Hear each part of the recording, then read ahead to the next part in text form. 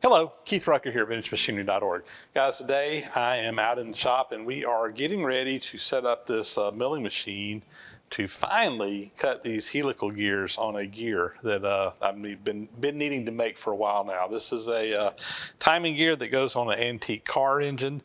It has the helical gears, instead of the gear teeth being straight across, they're at an angle. In this case, a 45-degree angle, and we need to make this. Now, back in the day, before CNC machines and computers and everything else, this all had to be done mechanically through basically gearing things down and what have you.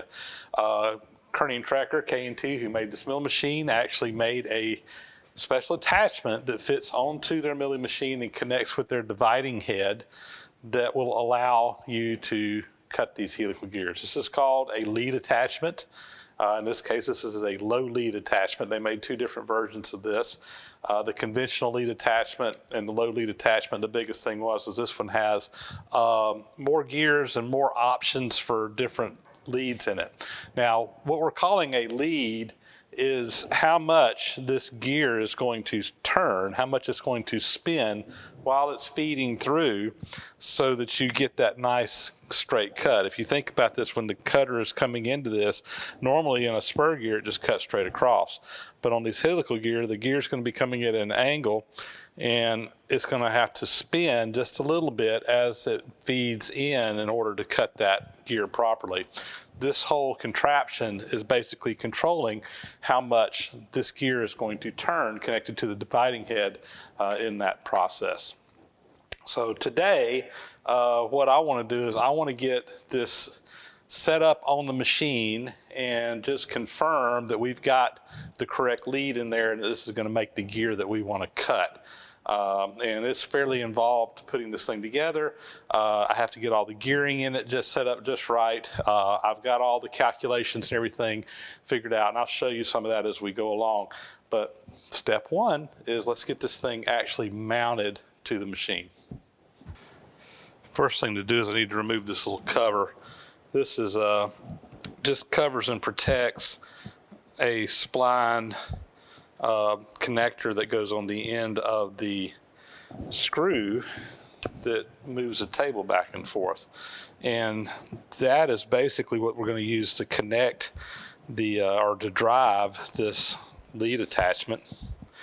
And the nice thing is that it is timed in exactly with the table movement, which is what's really driving the spin of that part. So the speed, all this is happening and everything else is going to be timed with the movement of the table. So this gives us a perfect drive to connect to that basically drives all this stuff. So there we go, we got that exposed, and now I think we're ready to see if we can get these pieces mated up together. All right, I think I've got the table here and the lead attachment kind of lined up. I wanted you guys to kind of see how all this works. So here's the spline takeoff that's going to go up into a female part here that it mates to. That's going to drive the gearing inside of this thing, and we'll show you that here in a little bit.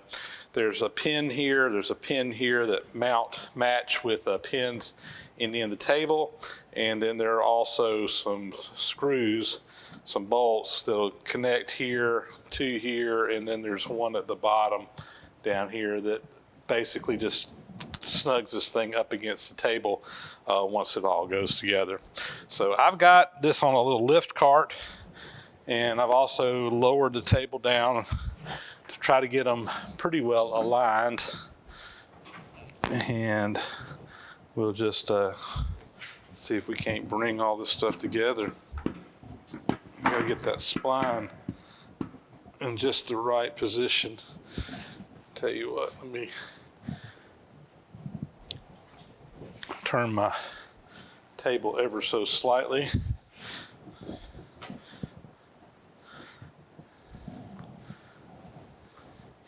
It's just going to be a matter of getting it lined up, and we'll go up on there.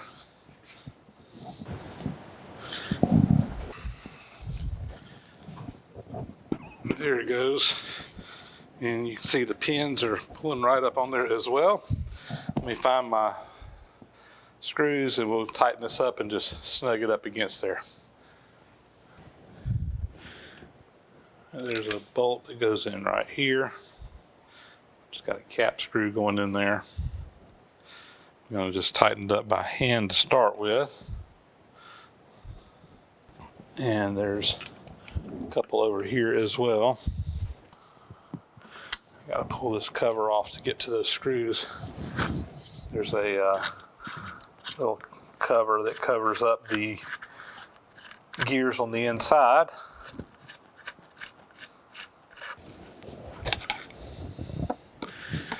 There we go.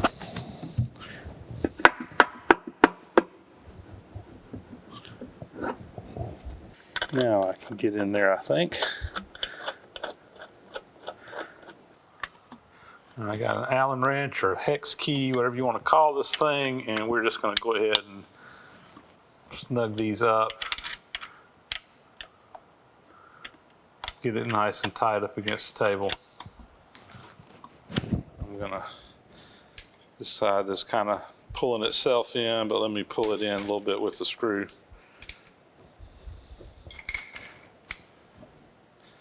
This on those, there's those alignment pins so that whenever you pull one side up, it all kind of stays in alignment pretty well. You can see this side's almost snug up against it. There we go. And I'm going to pull this cart out of the way, drop it down, and get over here easier. Tighten up this bottom screw on this side. And then there's also one that comes in from the very bottom down here. Let's see if I may have to go find one. That's a longer screw. Yeah, I'm gonna probably have to go get one out of the bolt bin. So now comes the fun part. We got to get this thing set up for the right gearing. And I've already done a little bit of homework and figured out what the lead is. It can be calculated mathematically. There's formulas in Machinery's handbook. And I've determined that the perfect lead for this particular gear, based on the number of teeth, the diametral pitch, the number of teeth is 30, the diametral pitch is a 10 diametral pitch, is what Cutter will put on it. And it has a 45 degrees helix angle. And when you calculate all of it out, like I said, there's some pretty complicated formulas. It comes out to a 13.3682 inch lead. And basically that's the amount that this is going to rotate as you are cutting that gear. And I got a manual here for this dividing head, and as well as the lead attachment, and you can look up different leads. There's a table in here. Now you're probably not going to be able to match it perfectly, but there's some wiggle room in here. You know, we just need to get it real close. And so I'm looking for a 13.3286. I got a 13.311 and a 13.375. I'm going to go with the 13.311. That's a little bit closer to it. And it tells me what gears I need to go in here to give me that lead. Now, you've got these worm gears. There's 2 worms that are in here, and this particular set comes with 3 possible worms that can go in here. There's one here that gives you a 96-to-1 ratio. So basically every time this turns around, or every time the big gear turns around one time, this one's going to turn 96 times. Or every time this turns 1 revolution, it's 1/96th of a turn up here. This one is a 24-to-1. And then the gears that are in here is actually a 1-to-3 or 3-to-1 ratio. So, and that happens to be the right gears we need to go in there. I'll also note that depending on your lead that you're selecting, the gears can be top or bottom. So it tells me the gear F and G. I know that I want gear the 24 on the top and the 8 on the bottom down here, which is a 3-to-1 ratio. And it just happens that's how it's set up, which is good because these things are a pain to swap out. And I got the covers off right now. We'll put those on there in a minute. And then you've also got 4 change gears here. This is A, B, and then there's a C and a D that's going to go on here. And that needs to be a 22 tooth, 28 tooth, 24 tooth, and 22, 28, 24, 34. So we'll have to get those. I got a whole stack of change gears here. We'll have to get the right gears and get these things set up as well.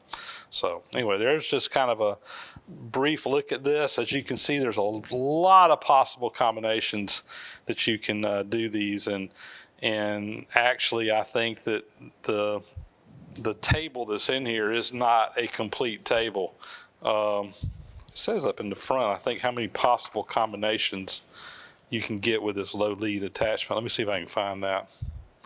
Yeah, it says it provides 42,362 different leads, ranging from 0.0219 inches to 2918.4 inches. So like I said, and the table in here is not a complete table, but because if it was, it'd have to give you 42,382 combinations, but it's good enough for what we need. So let's go ahead and get all this set up over here.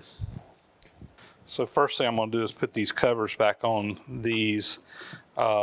This is what supports those gears in there. There's actually bearings that kind of support everything, and this thing only goes on in one particular. Is that the right one? Right here. There we go. So I'll close that one up. This cover, like I said, there's a little bushing in there that supports the shaft on the end. So this is actually your bearing support, as well as an access cover to access the gears to change them out. And same thing here. This cover goes on, and I believe that's where it fits. Maybe not.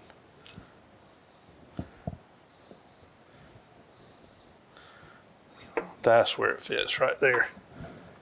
All right, get that one put on.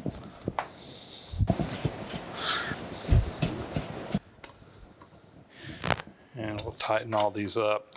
It actually fits up into a machined area that it presses into, so it gives you perfect alignment when you put it all together.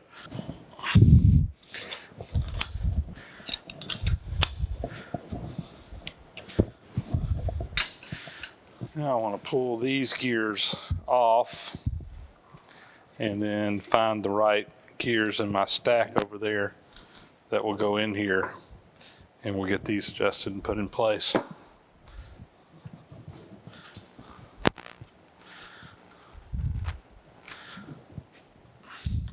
This gear is an idler. It just idles on here, but notice you got the spacer in here that ties the two gears together so that they are driven on one another. And there's a spacer that goes between them. All right, let me find the correct gears over here, and we'll get these mounted. Well, guys, I've been playing with this, and I've found a little problem over here I need to look at. So this is what they call a banjo.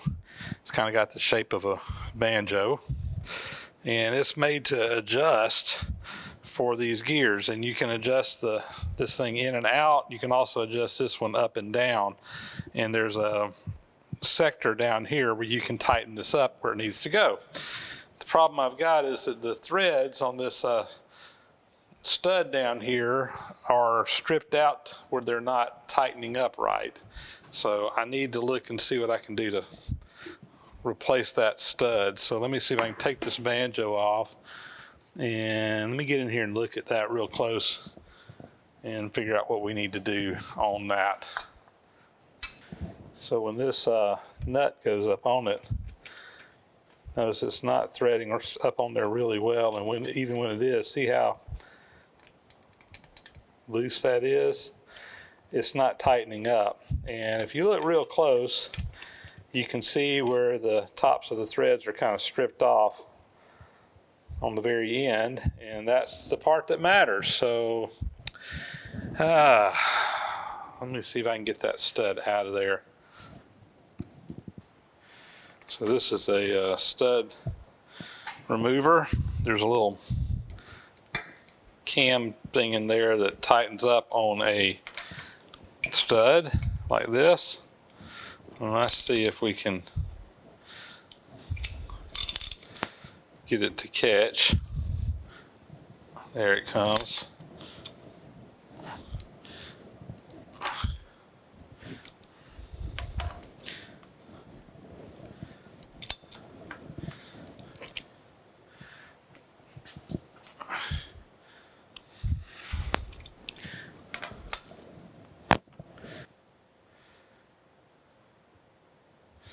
All right. Let's see what we can do about that.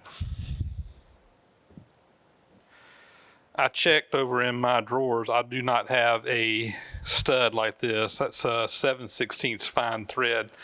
What I'm going to do is next time I order something from McMaster-Carr, I'll just order a couple of these and probably go ahead and get a new nut for it as well. I don't think I have a fine thread jam nut, but I'll go ahead and just order some new ones and replace it. But in the meantime, I did find over in my cabinet full of stuff a 7/16 fine thread bolt that should be the right length that I should be able to, is that going to thread? Yeah, there it goes.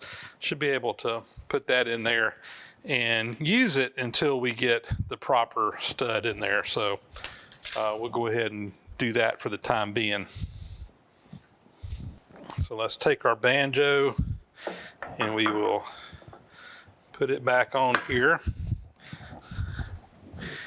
and take our bolt. Let's see, there was a washer on that, I think.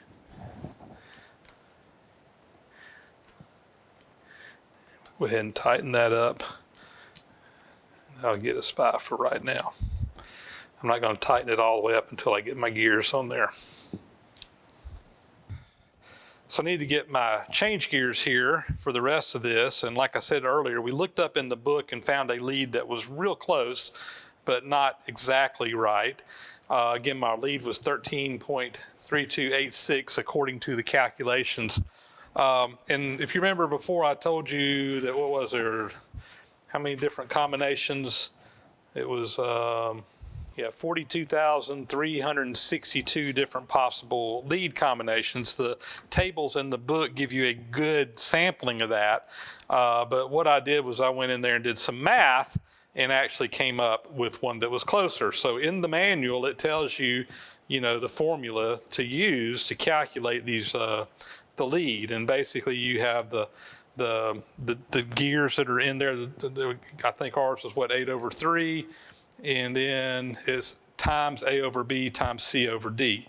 You multiply that out and that gives you the lead. And using basically what was in my book as a kind of a starting point and with some trial and error and just playing with some different combinations, I came up with a lead that was much closer than the one in the book, which is 13.3269. We were shooting for 0.3286. So this is within 1.7 thousandths of an inch from the other one. It's going to be so close, it's not going to matter. And basically, I was able to calculate the A gear needs to be a 21 tooth, the B gear a 26 tooth, the C gear a 22 tooth, and the D gear a 32 tooth. And I have pulled those gears out, and we'll get them installed over here in the box. So again, according to my catalog, gear A will go here, B goes here, C will be the one next to it, and then D is down here. My maths tell me that a 21 tooth needs to go up here. So we'll go ahead and get that one on there. washer on that, and we just had a nut kind of jams all that together. I'm just going to finger tight it right now. I'll tighten them all up once I get them all together. Gear B will be a 26 tooth, so it's going to go on this one, and we will adjust that banjo up here. I'm going to probably have to adjust the distance between these two gears. We'll do that in a minute and get everything aligned. There is a spacer between these two, and then we have a 22 tooth gear that will go on next here.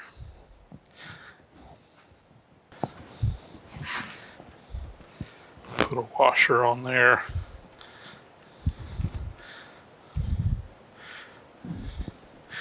Tighten this one up.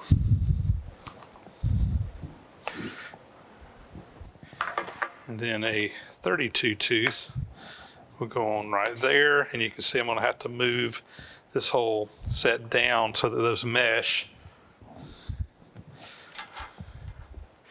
Let's go ahead and tighten that one up. I'll tighten this up temporarily here. I'm going to loosen this one and back here in the back, and you can see that's going to let me slide that down, and that'll get that distance aligned. And we'll go ahead and tighten that back up. I'm going to loosen this one back up and slide them together, and we should have our gear train set. Here we go. I got that in neutral where it's not engaged right now, just to kind of try it out. Let's see. Yeah, that's turning pretty smooth. I'm happy with that. And while I'm in here, I'm going to go ahead and just get everything oiled up good. That's that top spindle. Put a little bit of oil on these gears. Just won't need a bunch, but a little bit. That's making a huge difference just already. All right. And there are several places on here. There's a spindle. That spindle in there goes in, and there's grooves with oils. These gears, the two worm gears, go ahead and get those while I'm in here. Same thing.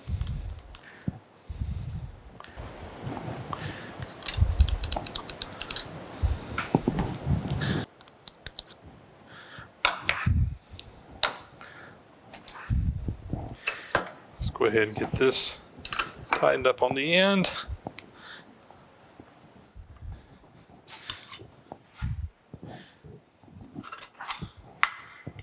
Okay, got that one tight.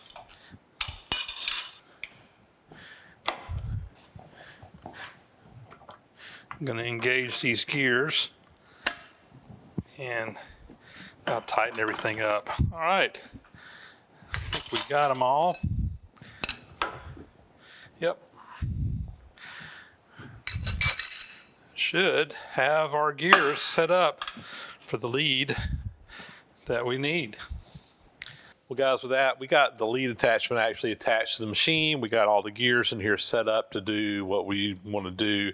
And I think we're going to cut off this video here. I've still got a lot of setup to do on this project, but we're just running out of time in this video. So we will continue on in the next episode in finishing, getting everything set up to cut these helical gears over here. A lot of setup work, like I said before. So with that, guys, that's a wrap. As always, thank you so much for watching. Please subscribe to the channel if you haven't already. Those thumbs up and comments, greatly appreciated. Hit that bell icon to get notifications when new videos are posted. Big, huge thank you out there to all of the supporters of the site through Patreon and through PayPal, through other means. Greatly appreciate your efforts and what you do to help make this channel successful. With that, guys, we're going to sign off. We'll catch you on the next video. Thanks for watching.